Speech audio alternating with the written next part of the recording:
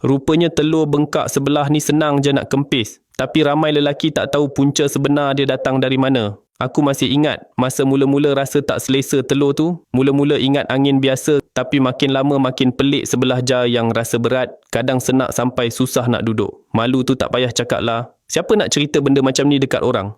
Aku pergi klinik. Doktor cakap bukan masalah luar, tapi dari dalam usus bawah. Usus dah bengkak, angin banyak, radang pun naik.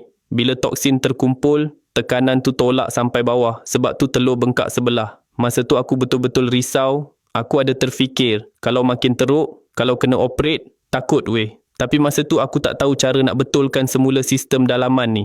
Satu hari, kawan lama aku bagi tahu pasal kulit pokok lendir raja bahan herba yang orang dulu guna untuk tenangkan radang usus, lembutkan sistem pencernaan dan bantu stabilkan hormon dalaman lelaki.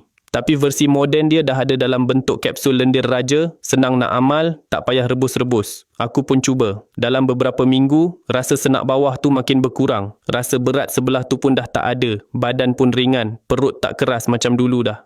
Baru aku faham. Kadang benda kecil macam tu datang dari dalaman yang kotor, bukan sebab luaran semata. Sekarang setiap kali rasa badan tak selesa, aku terus jaga usus dulu sebab situlah punca kebanyakan penyakit lelaki. Kalau korang lelaki kat luar sana tu pun selalu ada simptom ni, jangan buat tak tahu. Cuba cari punca dalaman dulu dan kalau nak bantu detox dengan cara herba, aku rekomen korang cuba lendir raja ni. Tengok-tengok di beg kuning tu tengah promo lagi.